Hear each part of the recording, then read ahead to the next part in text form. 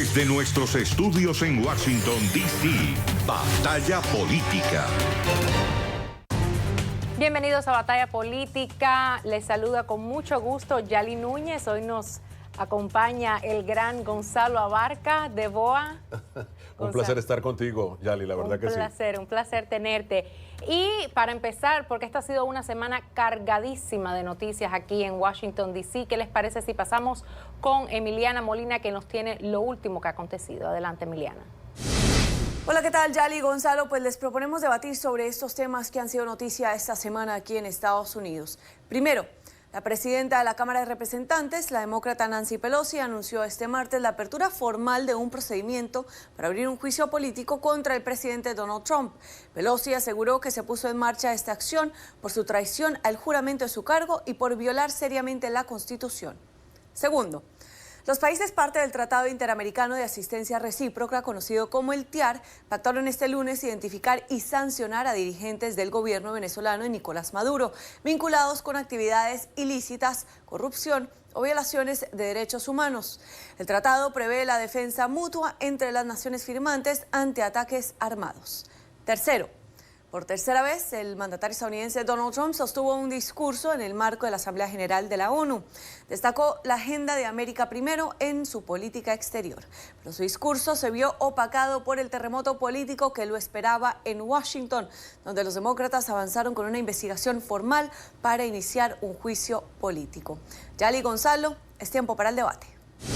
Gracias, Emiliana. Bueno, y ahora sí vamos a pasar en directo a los temas principales. Impeachment o juicio político esta semana aquí en Estados Unidos. Obviamente, el presidente Donald Trump me parece que en agua caliente, ¿no te parece? Mira, ¿sabes lo que me parece, Gonzalo? Esta ha sido una semana histórica aquí en Washington, la que nos ha tocado vivir. Creo que hemos pasado a una página de la historia a los cuales los demócratas nunca van a poder darle reversa. Lo que se ha hecho no tiene nombre. No tiene nombre el acoso que hay contra este presidente. Estamos viendo que se tomó la medida de iniciar un juicio político sin siquiera haber tenido las transcripciones de esa llamada telefónica, de la famosa llamada telefónica con el presidente de Ucrania, la cual el mismo presidente de Ucrania ya ha dicho que no se le forzó a que iniciara ningún tipo de investigación contra Joe Biden. Y para poner un poco en contexto las cosas, para que los televidentes puedan entender lo que está sucediendo, el presidente llama al presidente de Ucrania en una llamada para felicitarlo por su reciente elección a la presidencia.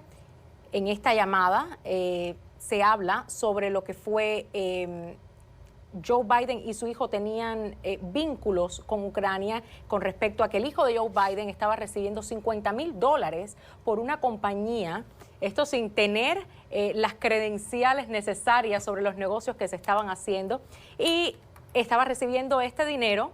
Joe Biden, hay una entrevista en la cual dice abiertamente que quería que se despidiera al fiscal que estaba investigando a esa compañía. El presidente menciona algo al respecto en esta llamada telefónica, pero no trata de influenciar al presidente a que investigue esta situación. Tan simple como eso. Y y ahora quieren iniciar un juicio político injustificado. Bueno, pero el presidente está tuiteando por ahí que es presidential harassment, o sea, acoso presidencial. Pero yo me pregunto, es que también el presidente tiene que tener cuidado, porque él es un... mira, Yali, yo sé que tú defiendes, estás desde el punto de vista del GOP, pero al mismo tiempo hay que tener cuidado porque él es un presidente de Estados Unidos y no puede estar sugiriendo, aclarémoslo, la política exterior de Estados Unidos es precisamente hacia Ucrania luchar contra la corrupción, que es rampante. Sin embargo, el presidente de Estados Unidos no puede pedir con nombres y apellidos que se investigue al hijo de Joe Biden, cuando eso debería dejarlo a otras personas, no él directamente en una llamada telefónica. O sea, que él también da pie a que se haga este tipo de juicio político. ¿Qué pasa con los demócratas? Bueno, tenemos un pequeño problema, y es que Joe Biden encabeza las encuestas de los precandidatos demócratas. Es decir, que el presidente, si lo miramos así, como lo ven los demócratas, el presidente está presionando para que se consiga algún tipo de problemas hacia uno de sus rivales políticos, lo cual verdaderamente es penado, ¿no? Desde los puntos de vista legal, hay que ver si el tipo de comportamiento del presidente tiene alguna implicación, no solo política, sino legal, dentro de lo que es la Constitución. Yo soy ferviente, yo creo fervientemente en el respeto hacia la Constitución. Sin embargo, lo que sí te puedo decir es que en este caso no hubo lo que le dicen en inglés un quid pro quo, que sería un favor en cambio a un servicio. Entonces, se sabe ya abiertamente que no existe. El presidente había dicho, no le demos la ayuda de 400 millones a Ucrania todavía. Eso fue una semana antes de hacer la llamada. Lo que estamos viendo, lo que estamos viendo aquí es que no hubo un favor en cambio de otro en esta situación.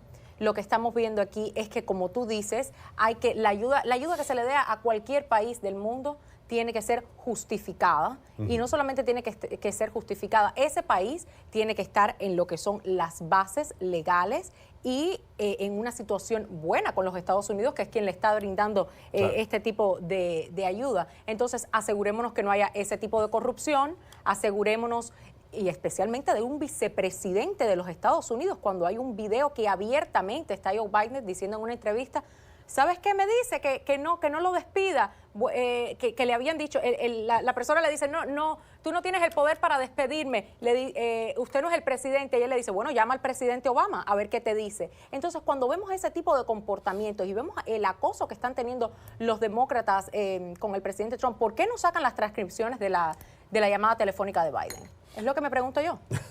Bueno, hay dos cosas ahí y tienes razón. Desde el punto de vista legal, es muy vaga, en realidad, lo que dice la Constitución cuando se trata del impeachment. Y esto hay que aclarar porque en Latinoamérica pensamos que el juicio político, bueno, se hace ya en unas semanas o en un mes. No, esto lleva un proceso largo.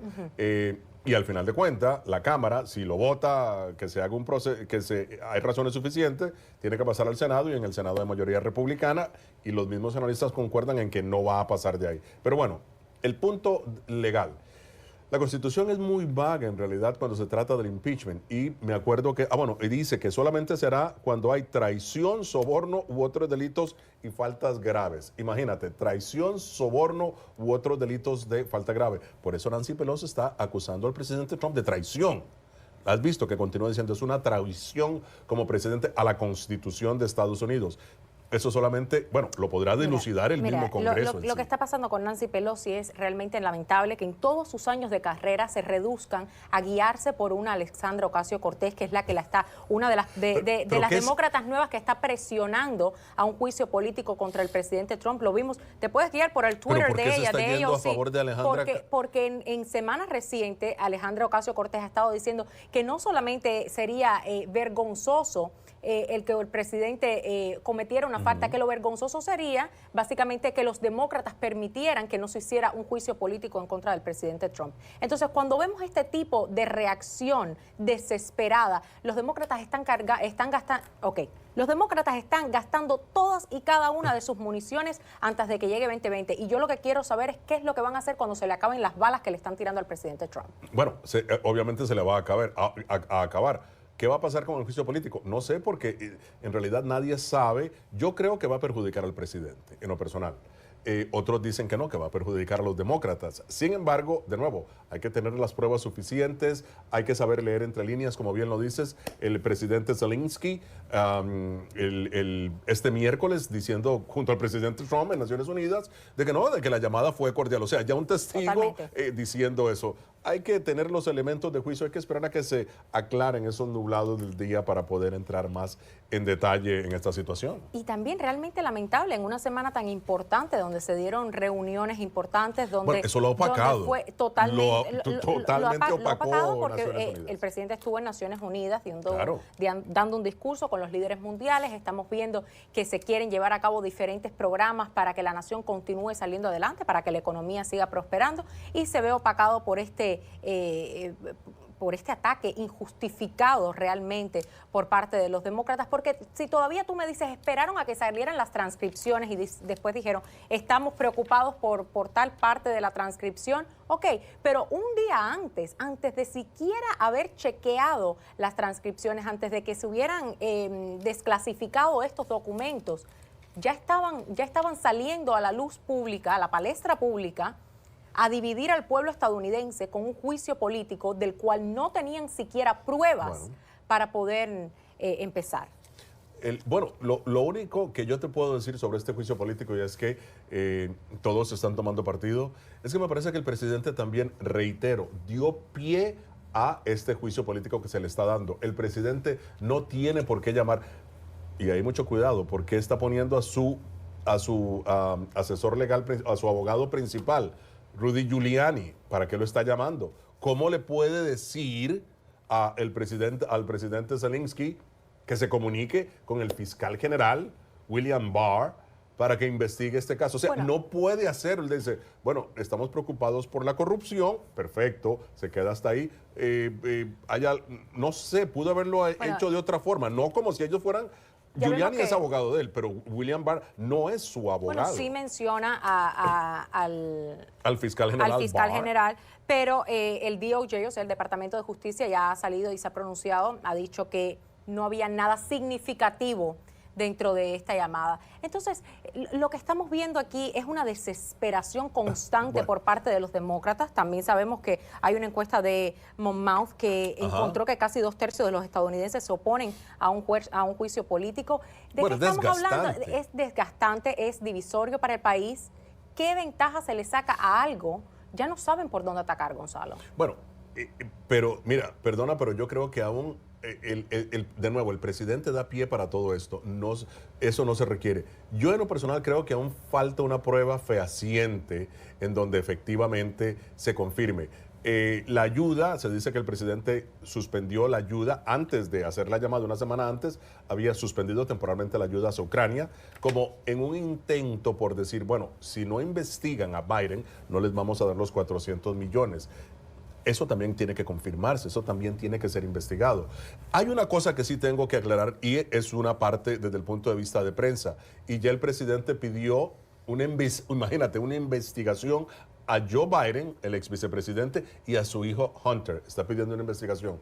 No me parece la verdad del todo descabellada, porque también hay que aclarar, así como se ataca al presidente, también hay que ver qué tipo de relación tenía Hunter Biden con esta compañía de energía. Efectivamente, a mí se puede presentar la pregunta de por qué el vicepresidente amenazó con despedir a aquel fiscal que estaba llevando la investigación hacia la compañía donde Hunter Biden, su hijo, estaba teniendo negocios y recibiendo una cantidad de $50,000 al mes. Por los negocios al mes. Al mes, o sea, nada de que al año, no. Al mes, por negocios, ¿qué es lo que está pasando aquí? ¿Dónde está realmente el crimen? ¿Dónde está realmente la corrupción? Claro. Acuérdate también que el vicepresidente, estamos hablando cuando el vicepresidente Joe Biden era vicepresidente. Durante su administración. Durante la administración del presidente Barack Obama. Y está acusando todavía al presidente Trump de abuso de poder. Y dice que no estaba enterado de las negociaciones que estaban llevando a cabo su hijo. Por favor. Es lo que te iba a decir. El ex vicepresidente Biden dice que no estaba enterado. Ese es el argumento principal. No sé, hay que otorgarle la condición de la duda, en ese caso el beneficio de la duda. Sin embargo, lo que sí es cierto es que mucho dinero, en el caso del hijo, $50,000 para ser miembro de una junta directiva al mes, levanta algunas sospechas. Totalmente, y miembro de lo que era la pizarra o el board de esta compañía. Y también creo que es importante destacar lo del whistleblower, que en español se le diría como soplón soplón o informante. El informante. Básicamente, que no estaba ni siquiera en esa llamada, recibe esta información de segunda mano, los documentos que sacó la prensa y todo esto, confusos todos al principio, diciendo que sí, después que no. Entonces, lo que estamos viendo es realmente un desastre, otro intento más por parte de los demócratas de disminuir lo que ha sido el trabajo de este presidente y de buscar un juicio político que lo han estado buscando desde el primer día que el presidente Trump llegó al poder. Ya se inició el juicio político. Ahora vamos a ver el camino que toma en la Comisión de Asuntos Jurídicos de la Cámara. De ahí tiene que ser aprobado por el Congreso y el Congreso lo pasaría al Senado, en donde, como reitero, aparentemente no va a prosperar porque se requiere 2/3 de los senadores. En este momento los republicanos tienen el dominio del Senado, muy difícil que se establezca. Con un 94% de apoyo hacia el presidente. Imagínate, así es que esa es otra pregunta que nos hacemos en la prensa.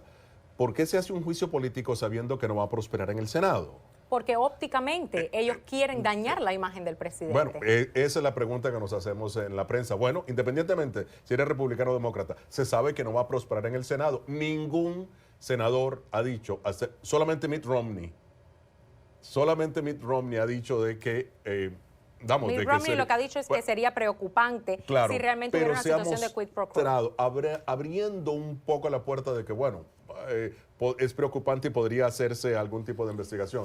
Bueno, pero hasta el momento... Hasta el momento nada. Hasta el momento nada. Te propongo que vayamos a un corte comercial y después seguimos con todo lo que ha sido esta jornada en Naciones Unidas. Regresamos con mucho más de Batalla Política. No se vayan. Ya estamos de vuelta con más Batalla Política. Aquí hoy nos visita el gran Gonzalo Abarca. Qué placer tenerte aquí, Gonzalo. El placer nuevamente es mío, verdaderamente, estar contigo, Yali. Siempre un placer. ¿Qué te pareció todo lo que fue, más allá de esta semana de impeachment, lo que fue la Asamblea General de Naciones Unidas? Hay dos elementos que se destacan en esta asamblea. Número uno es la pasión, el engagement o el compromiso más bien mundial a favor del medio ambiente, a favor de que haya un cambio, a favor de que verdaderamente nuestras políticas vayan impulsadas a promover, a crear un sustento natural, no artificial, de economías. En nuestros países, en Latinoamérica, es muy importante el problema del medio ambiente. Países enteros dependen del turismo, países enteros dependen también de la pesca, países enteros dependen de todos sus lagos, sus bosques para poder mantener activa la población. Como todo hay asuntos políticos. Los migrantes, por ejemplo, vienen a Estados Unidos, los de Centroamérica, porque el cambio climático les ha afectado el patrón de agricultura, el patrón de cultivos. En el caso del café, muchos de ellos, las grandes sequías o las grandes, los aguaceros que destruyen las regiones los impulsan a venir a Estados Unidos porque pierden sus trabajos. El cambio climático marcó definitivamente un punto importante, ya todos estamos conscientes, se ha venido hablando, pero ahora definitivamente lo hay, es un punto importante. Segundo, para nuestros países, se marca un compromiso interesante porque el presidente Trump tiene un acercamiento hacia países de la región, específicamente países del Triángulo Norte. Habla con Honduras, en donde ya se vislumbra un acuerdo para que haya una especie de país seguro, en donde las personas que vayan puedan ir a Honduras como país seguro. Hay una polémica ahí si Honduras es seguro o no, pero eso es aparte. El punto es que el presidente logra esto. El presidente también sabe muy bien que uno de los puntos principales es la diáspora venezolana. Ofrece $52 millones precisamente para ayudar a estos venezolanos. Un punto muy importante, los venezolanos, de acuerdo incluso al secretario Pompeo, fíjate, más de 20%, un 22% aproximadamente de la población venezolana ha salido. ¿Qué te parece si pasamos a una entrevista muy interesante, que estoy segura que va a estar muy interesante, con Lili Gil, una estratega de negocios? Lili nos acompaña hoy para hablar un poco sobre lo que ha sido esta Asamblea Nacional de Naciones Unidas. Bienvenida, Lili, bienvenida a nuestro programa. La primera pregunta que te tengo, Lili, esta semana se han llevado a cabo diferentes eventos durante lo que ha sido la Asamblea Nacional de Naciones Unidas. ¿Qué te pareció? ¿Cuál fue tu reacción y lo que viste de estas reuniones? Sí, esta semana de las Naciones Unidas y de la Asamblea General empezó el lunes con un evento que ha sido histórico. Tuve la fortuna de estar allí en el cuarto con más de 100 cabezas de Estado y representantes de diferentes grupos religiosos, de fe, corporativos, pero especialmente vino el secretario general acompañado del presidente Trump y el vicepresidente Pence, en donde establecieron ante la tarima global que las convicciones de los seres humanos son un derecho fundamental, por lo cual debemos proteger estas creencias, no solamente desde el punto de vista religioso, sino también de seguridad. Hemos visto masacres en Nueva Zelanda, en Estados Unidos, ante grupos cristianos, judíos, islámicos, entonces es hora de que el mundo se una para poder generar esa protección y volverlo algo que sea una política pública apoyada también por el sector privado. Muy interesante esta discusión. Lili, mira, vamos a pasar a otro tema y es el tema del medio ambiente. Una participación decidida han sido los jóvenes. ¿Crees que esta participación tiene aspectos más positivos que negativos? ¿Tu opinión? Mira, a mí me agrada mucho el ver que las generaciones jóvenes se concienticen de elevar su voz a cualquier tema que los apasione. En este caso, con Greta como líder, que ha generado todo un movimiento global. Tenemos una generación joven en la que ven a una líder como ellos, de su edad, joven y apasionada, queriendo generar un impacto. Yo creo que más allá del tema de cambio climático como tal, y lo abordaremos en un momento, me gusta mucho el ver de que las redes y los teléfonos, más allá de volverse un vicio para la generación joven, se convierten en un vehículo de impacto. Y creo que estamos viendo que hay esperanza para el futuro del mundo con estos chicos. Lili, pasando un poco a lo que va a ser este próximo ciclo electoral de 2020, ¿qué podemos esperar de la estrategia de las redes sociales? Tú que eres experta en esta materia, ¿qué nos puedes decir?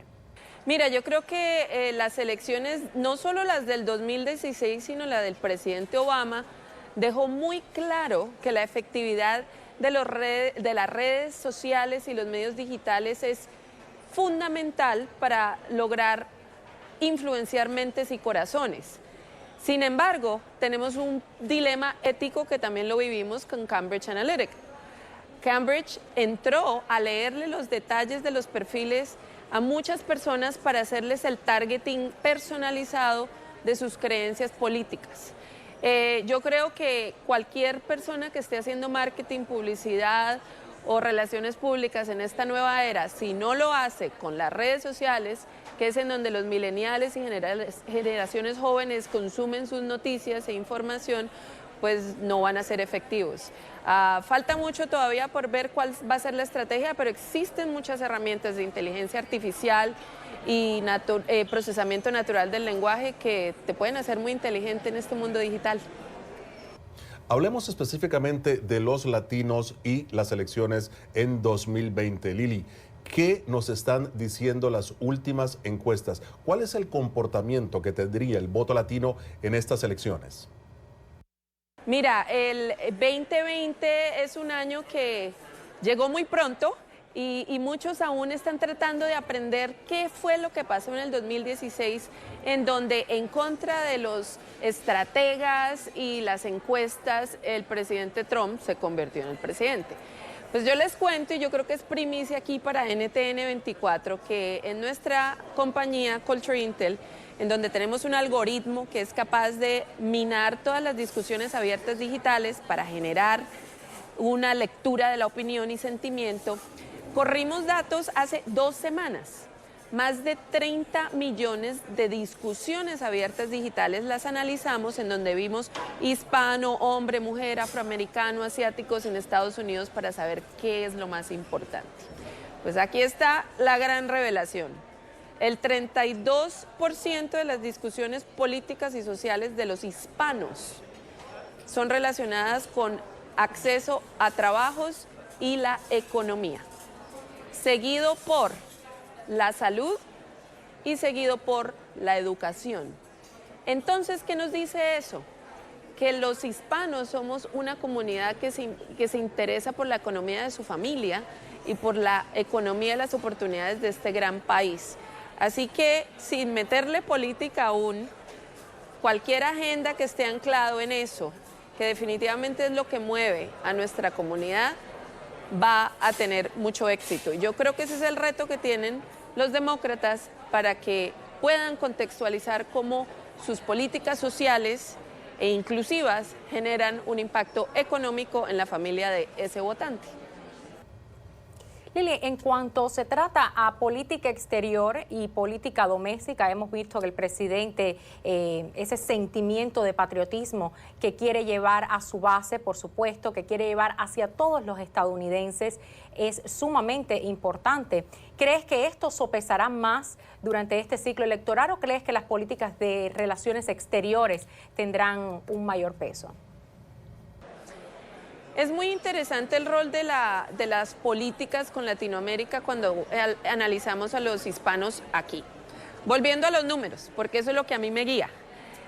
Los hispanos en Estados Unidos son 65% nacidos aquí en Estados Unidos. Obviamente tienen una descendencia de país de origen, de sus papás, etcétera.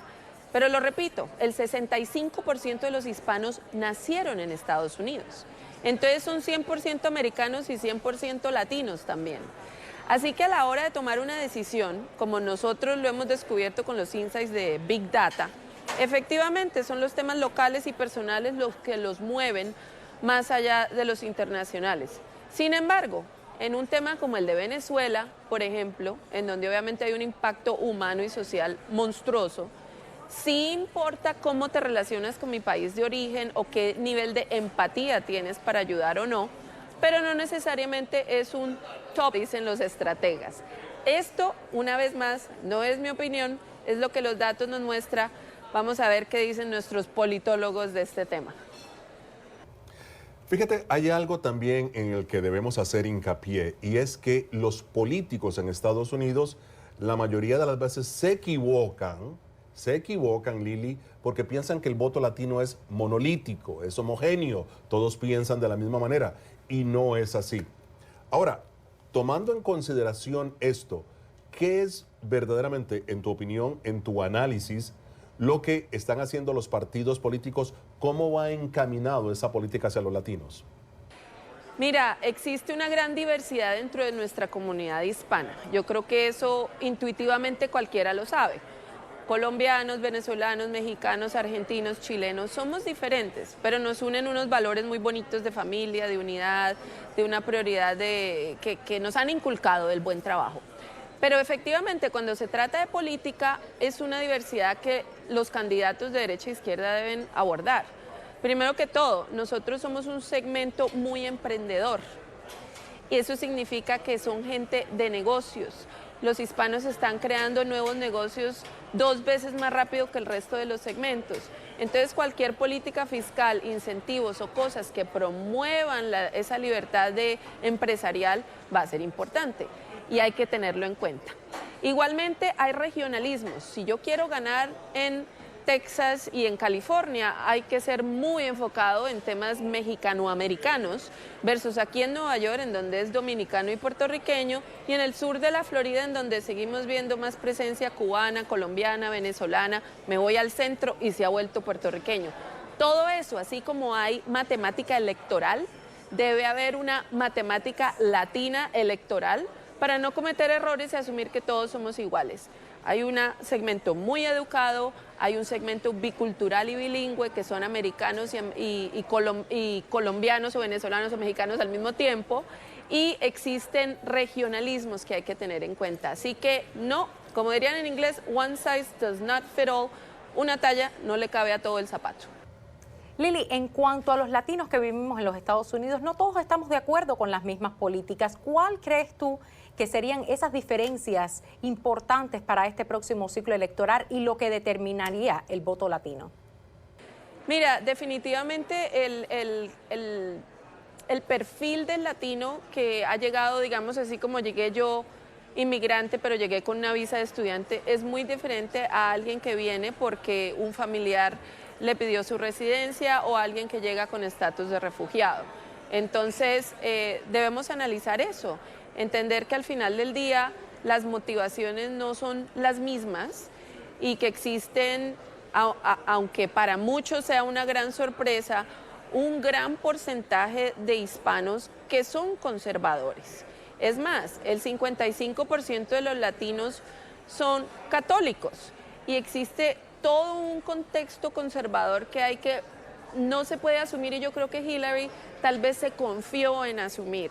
Por ejemplo, que los latinos iban a ser demócratas así como automáticamente, y mira lo que sucedió. Entonces, no nos tomen por sentado, hay que hacer la tarea y entender las necesidades y entender que el camino a llegar a este país es diferente y nos define diferentemente como votantes. Muchísimas gracias, Lili Gil, por su análisis y experiencia. Y nosotros vamos a una pausa, pero regresamos con mucho más de Batalla Política. Continuamos en Batalla Política. Yalí Núñez, la experta desde el punto de vista republicano. Gonzalo Abarca, un simple comentarista aquí en Washington. Pero bueno, estamos tratando de desglosar la noticia, los grandes acontecimientos de la semana. Uno de ellos, la aprobación del TIAR, el Tratado de Asistencia Recíproca. El corazón en sí del TIAR está en el hecho de que se dice de que una amenaza o una agresión por parte de un estado hacia otro se tomaría como una agresión a todos los estados. Es decir, si algún país agrede a su vecino, es como si agrediera a toda Latinoamérica. Ha sido ya aprobado, todos ven esto como una puerta que puede llamar o justificar la intervención militar en Venezuela. ¿Qué te parece? Mira, yo creo que es importante que cuando hay un problema en la región, como ha sucedido ahora recientemente con todo lo de Irán y esa explosión en las refinerías de Saudi Arabia o Arabia Saudita, la región y los países de esa propia región tomen acción. ¿Quién más son los afectados sino los vecinos? Cuando ocurre un problema en tu casa, el que más afectado se puede ver, claro, el más cercano, es el vecino. Entonces creo que es importante que se esté llevando a cabo este tipo de tratados, que se abra la puerta a algo que pueda Maduro tener muy al pendiente por si continúa en esta terquedad de querer mantenerse en el poder cuando él sabe perfectamente que el pueblo de Venezuela lo quiere fuera, que el pueblo de Venezuela quiere libertad, que quiere democracia, y si él continúa oprimiendo al pueblo o se da una situación como las que se han dado continuamente, donde se ataca con las armas al pueblo, los vecinos pueden reaccionar. Claro, y fíjate qué interesante, porque en realidad es como en todo, el hecho de las intervenciones militares no es un hecho que un país se ha dado el caso, pero el hecho de una intervención militar requiere una justificación legal. En el caso de Estados Unidos es una amenaza a la seguridad nacional. Venezuela, durante el gobierno del presidente Barack Obama, ha sido declarada una amenaza a la seguridad nacional. Ahora el mismo presidente Trump está diciendo que verdaderamente también hay un peligro inminente en el caso de Venezuela. En cuanto a otros países, también la justificación legal que se da, Yali, es precisamente que está amenazando, está desbalanceando la paz social. Es el principal argumento. Así es que, ¿cuál viene a ser? Muchos de los televidentes se preguntarán y que nos ven en las redes sociales. Bueno, ¿y cómo se activa este tratado? Pues muy sencillo. Un país precisamente dice que hay desestabilidad de su paz social, porque la inmigración, por ejemplo, la migración de venezolanos. Y hemos visto el gran éxodo. Claro, el éxodo de venezolanos. Y además no solo un país el que está afectado. Hemos visto el gran éxodo de venezolanos que ha ido hacia Colombia. Hemos visto el gran éxodo de venezolanos que ha ido hacia Brasil. Entonces ya no está afectando solamente a una sección cercana, está afectando a toda la región. Entonces cuando vemos esa disrupción de lo que es no solo la paz social, sino la prosperidad económica de ciertas secciones de los países aledaños, justifica totalmente, y en su totalidad por supuesto, que los países reaccionen y vean esto como una amenaza directa, no solo a su seguridad nacional, sino a su prosperidad como país y a la de sus ciudadanos, por ende. Bueno, lo que te puedo decir es que ven con mucha preocupación algunos lo que ha dicho el presidente, de que la opción militar, el presidente Trump, de que la opción militar, que la opción militar sigue sobre la mesa, y ya la mayoría de los precandidatos demócratas han dicho que no ven la opción militar como algo viable. Fíjate tú también cómo se están poniendo los dos. Reitero, el presidente Trump diciendo que aún está la opción militar. En este clima tan polémico, el TIAR vendría hasta cierto punto a darle la herramienta que el presidente Trump necesita por si la situación verdaderamente degenera en un caos total. Y yo creo que esto también, volviendo un poco a lo que estábamos hablando en los segmentos anteriores, es el trabajo que ha efectuado esta administración en las relaciones con Latinoamérica para poder lograr detrás de bambalinas también una buena relación, una buena comunicación en lo que son los problemas de la región, en cómo afecta, porque nosotros de cierta manera no estamos tan abajo en esta región, pero estamos acá arriba y puede ir subiendo toda esa problemática. Entonces, y por supuesto, el éxodo de migrantes, lo que vendría siendo lo que los venezolanos han pedido, un TPS, están creando una disrupción en lo que es la región completa. Entonces, es justificado que los Estados Unidos y los otros países de la región se junten, lleguen a acuerdos y se vea cuál es la solución a un problema que nos está afectando a todos. Venezuela también, volviendo al tema de Venezuela, porque precisamente el TIAR encapsula a Venezuela, está llamado a tener alguna relación con Venezuela. Fíjate que Venezuela también tiene una relación muy peligrosa, estábamos hablando de Irán, con grupos terroristas de Irán. Venezuela es un agente desestabilizador de la región. Déjame decirte, los días los tienen contados, porque si Rusia realmente se compromete a una negociación, están terminados. Y viene, bueno, es lo que es, voy a ese punto también, y Rusia es el que no permite que Venezuela caiga, solamente para llevarle la contraria al presidente Trump en su política exterior. Rusia está decidido a desestabilizar la región, de eso no hay duda, lo indican todos los informes de Gallup, todos los estudios indican a que el propósito de Rusia en la región es la desestabilización. El propósito de los rusos en todos los aspectos de la vida es desestabilizar. Es desestabilizar a todos los que tengan algo que ver con ellos. Yo creo que es importante este tipo de tratados como el TIAR. Creo que es importante que los países se unan por la paz de la región, que se unan para la prosperidad de la región, y no se puede llevar a cabo el crecimiento de estos países con un agente tan dañino como es Nicolás Maduro. Efectivamente, y vimos como hace poco precisamente Venezuela ha adquirido una serie de armamento militar ruso, que en este momento de crisis, un armamento militar ruso que podría ser utilizado, no sabemos, el presidente en disputa Maduro, no sabemos si puede utilizar uno de estos armamentos contra un país vecino, por ejemplo. Y bueno, Rusia está ahí para darle una asistencia peligrosa. Todo lo que tiene el olor a Rusia siempre trae un aspecto... Pura contaminación. Contaminación militar, contaminación ideológica, porque lamentablemente... Sí. Mira quién es el presidente de Rusia, Vladimir Putin, sí, que verdaderamente es un dictador. Sí. Es un dictador con un dominio total de lo que es el Estado ruso. Así es que mucho cuidado con eso, Yali. Mucho cuidado, y no solamente esto, creo que al final de todo este tipo de tratados, de todo este tipo de negociaciones que se lleven a cabo en la región, lo único que podemos ver producto de esto es el beneficio de todos y cada uno de los habitantes de la región latinoamericana. Es importante que los presidentes de la región se pronuncien al respecto, que con mano dura traten todo lo que sea una amenaza directa a los habitantes de sus países, y que de esta manera pueda reinar la paz. Sí, porque como nunca antes hemos visto, excepto por Venezuela, Nicaragua y bueno, y Cuba, que se ha mantenido ahí por décadas, hemos visto cómo la democracia verdaderamente ha aflorado, con sus problemas, con sus virtudes, con sus desaciertos, pero la democracia ha aflorado en América Latina, y es importante mantenerla, estimularla,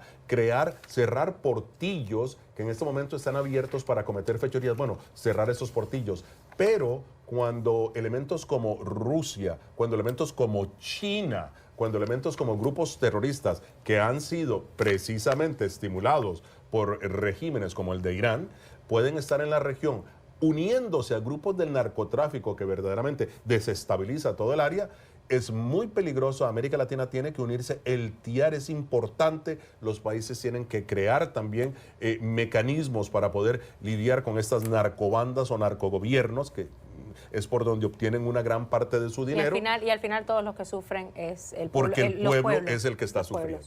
Exactamente. Gonzalo, ¿qué tal que lo dejamos ahí? El último segmento que nos queda es el acuerdo, así que voy pensando en qué nos vamos a poner de acuerdo. Ustedes no se vayan para que se enteren en qué nos pusimos de acuerdo. Gonzalo y yo regresamos con más. No sé en qué ponerme de acuerdo con Yari. Yo no entiendo, no sé. Ya regresamos. Ya estamos de vuelta con más batalla política aquí en nuestro segmento del acuerdo, Gonzalo. ¿Te quieres poner de acuerdo o no nos ponemos de acuerdo? Qué difícil ponerse de acuerdo con Yalí. La verdad que sí. En el cambio comercial estábamos hablando y es casi imposible, pero vamos a hacer un intento. A ver, ¿en qué nos ponemos de acuerdo? Yo creo que en que la Asamblea de la ONU fue bastante productiva. Bueno, ahí sí. Bastante productiva, se tocaron temas importantes. Tú mencionaste el tema del medio ambiente. Creo que también se tocó el tema de lo que es la inmigración ilegal durante el discurso del presidente.